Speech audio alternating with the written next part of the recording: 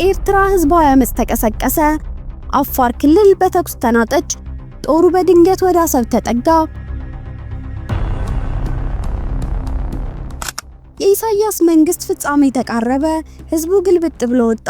የኤርትራ ጎዳናዎች በተቃውሞ ሰልፍ ተናጡ። የኢትዮጵያ መንግስት ፍላጎት አሰብ ብቻ አይደለም ሉዓላዊነትን ጭምር ለመድፈር ነው በሚል ተስፋ የቆረጠበትን የኤርትራን ህዝብ ለጦርነት ለማነሳሳት እየተጋጋጠ የሚገኘው የኢሳያስ መንግስት ያልጠበቀው ተቃውሞ ገጥሞታል። ኤርትራን በብቸኝነት ያስተዳደረው አምባገነኑ መሪ ኢሳያስ አፈወርቂ ፍጻሜው የደረሰ ይመስላል። ጦሩን ወደ ድንበር አስፍሮ ኢትዮጵያን ሲጠብቅ ከውስጥ ማብቂያ ያለው የማይመስል አመጽ ሁለተኛ ቀኑን ይዟል። ጉዳዩን በዝርዝር እናስደምጣቸዋለን። ህወሓት ከባድ እሳት ለኮሰ።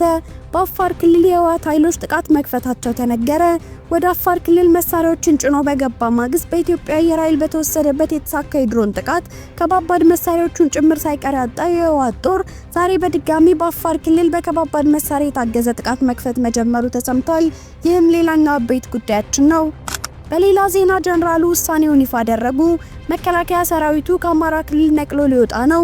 በአማራ ክልል የሚገኘው የመከላከያ ሰራዊት ክልሉን ለቆ በመውጣት ወደ ድንበር ይጠጋል ሲሉ ጀነራሎቹ መወሰናቸው ተሰማ። ይህም ውሳኔ ሰራዊቱ የፋኖን ምት መቋቋም እንዳቃተው አመላካሽ ነው ሲሉ ብዙዎች ሀሳባቸውን እየሰጡ ነው። ዝርዝሩን ይዘናል፣ ታደምጡታላችሁ። ሰላም ውድ ቤተሰቦች እንደምን አላችሁ? የዜና ላፍታ ነው። ቪዲዮውን ላይክ በማድረግ ይጀምሩ እያልን ወደ ዝርዝር ዜናዎቹ እንለፍ። በኤርትራ ከፍተኛ ህዝባዊ አመጽ ተቀሰቀሰ። ኢትዮጵያ ኤርትራን ለመውረር ቀን ከሌት እየዛተችና ጦሯን እያጠናከረች ነው በሚል የማስጠንቀቂያ ጋጋታ እያሰማ የሚገኘው ኢሳያስ አፈወርቂ መንግስት ፍጹም ያልጠበቀው ተቃውሞ ገጥሞታል።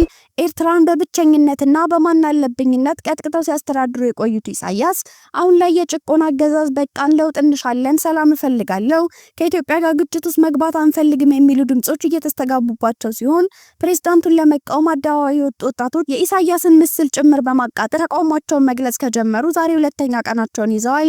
በኢሳያስ መንግስት ታሪክ ለመጀመሪያ ጊዜ በሺዎች የሚቆጠሩ ዜጎች በመላ ሀገሪቱ በሚገኙ ከተሞች በግልጽ ወደ ጎዳናዎች ወጥተዋል።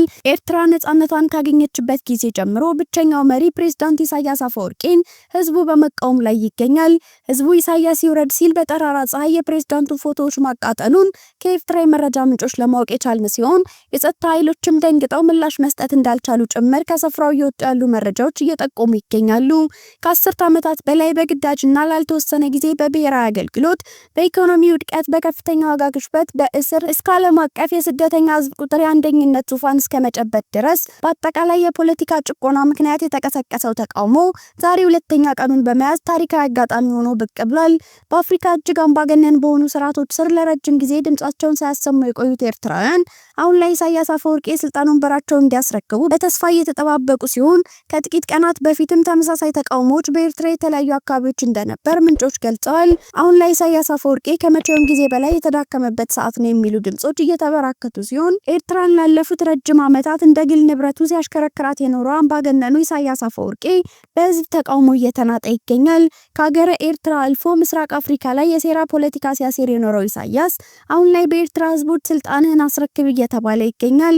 የኤርትራ ህዝብ ኢሳያስን ከበትረ ስልጣኑ ለአንዴና ለመጨረሻ ጊዜ ለመገርሰስ ወደ አደባባይ ወጥተዋል።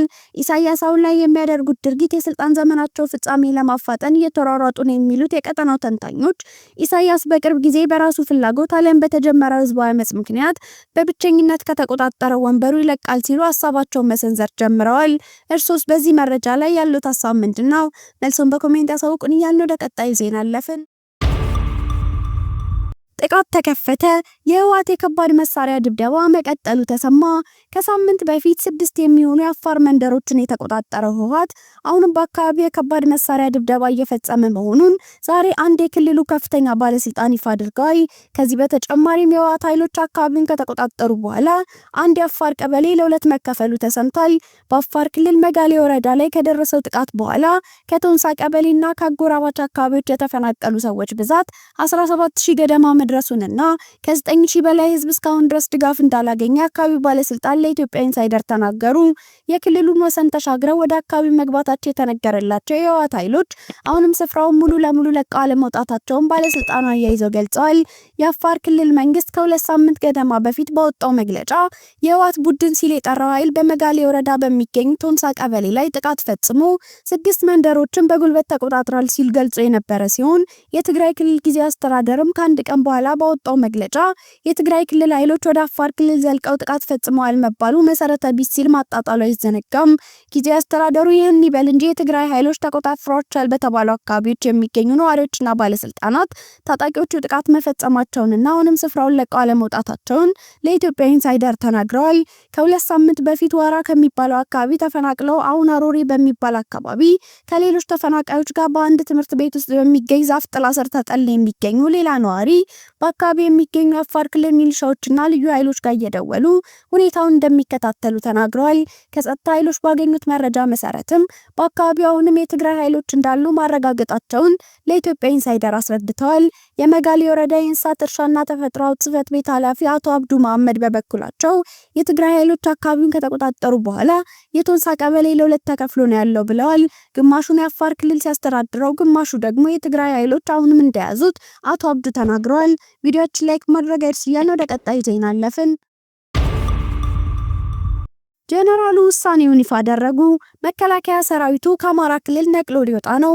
በአማራ ክልል የሚገኘው የመከላከያ ሰራዊት ክልሉን ለቆ በመውጣት ወደ ድንበር ይጠጋል ሲሉ ጀነራሎቹ መወሰናቸው ተሰምቷል። ይህም ውሳኔ ሰራዊቱ የፋኖን ምት መቋቋም እንዳቃተው ያመላከተው ሆኗል። በአማራ ክልል እየተደረገ የሚገኘው ውጊያ ዛሬም ተባብሶ እንደቀጠለ ሲሆን አዳዲስ ወታደራዊ ስምሪቶች መኖራቸው ተገልጿል። መከላከያ ሰራዊትን አስመልክቶ አዳዲስ ውሳኔዎችም ተላልፈዋል ተብሏል። ውሳኔውን ተከትሎ የብልጽግና ባለስልጣናት መደንገጣቸው የተሰማ ሲሆን ባህር ዳር የሚገኙ ባለስልጣናትን መከላከያ ከወጣ እኛም አብረን የምንወጣው በማለት በውሳኔው ላይ ተቃውሟቸውን አሰምተዋል። መከላከያ ሰራዊቱን ተክቶ በክልሉ ይሰማራል የተባለ የሽመልስ አብዲሳ ወታደራዊ ቡድን ጉዳይም ከፍተኛ መነጋገሪያን ፈጥሯል። በክልሉ 2 አዳዲስ ስምሪቶች ተሰጥቷል ያሉት የመረጃ ምንጮች አንደኛው ለፌዴራል ፖሊስ ሲሆን ሁለተኛው ደግሞ ለመከላከያ ሰራዊት ነው ብለዋል። የፌዴራል ፖሊስ ወደ አማራ ክልል ልዩ ተልዕኮችን የሚፈጽመው አዲስ ሰዋት ኃይል እንዲያሰማራ የታዘዘ ሲሆን በሌላኛው አቅጣጫ መከላከያ ሰራዊት አዲስና ልዩ ተወርዋሪ ኃይል ወደ ቀጠናው እንዲልክ ታዟል ተብሏል። በዚህም ተወርዋሪው ኃይል ከአንድ ማዕከል በመነሳት ለክልሉ ለሚሊሻና ለአድማ ብተና ኃይሎች ድጋፍ ያደርጋል የተባለ ሲሆን አብዛኛው የመከላከያ ሰራዊት ኃይል ደግሞ ወደ ዞኖች እንዲሰባሰቡና ወደ ካምፕ እንዲገባ የሚደረግ ሲሆን ቀሪው ደግሞ ወደ ሌላ ግንባር ይሰማራል ሲሉ ምንጮች ገልጸዋል። በክልሉ የሚገኘው መከላከያ ወሳኝ ቦታዎችን ለሚሊሻና አድማ ብተና ኃይል ሰጥቶ ይወጣል። በክልሉ የሚቀር የመከላከያ ተወርዋሪ ኃይል እገዛ ያደርጋል። በዚህ መከላከያ ኃይሉ ከክልሉ ሙሉ ዘመቻ ራሱን በማውጣት ወደ ድንበር ይጠጋል ተብሏል። ለስምሪቱና ውሳኔ የጊዜ ገደብ እንደተቀመጠለት የገለጹት ምንጮቹ ይህንን የሰሙ የወረዳና የዞን ባለስልጣናት ከፍተኛ ችግር ውስጥ መግባታቸው የተነገረ ሲሆን የፌዴራል መንግስቱና የክልሉ መንግስት ውሳኔውን መልሶ እንዲያጤነው ቅሬታቸውን እያሰሙ እንደሚገኙ ተገልጿል። ውድ የዜና ላፍታ ቤተሰቦች የሰዓቱ መረጃዎቻችን ያዳመጣችሁትን ይመስል ነበር። ስለተከታተላችሁን እያመሰገንን ቻናላችን ሰብስክራይብ በማድረግ ቤተሰብ እንድትሆኑ እየጋበዝን በዚሁ ተሰናበትን። ጤና ይስጥልን።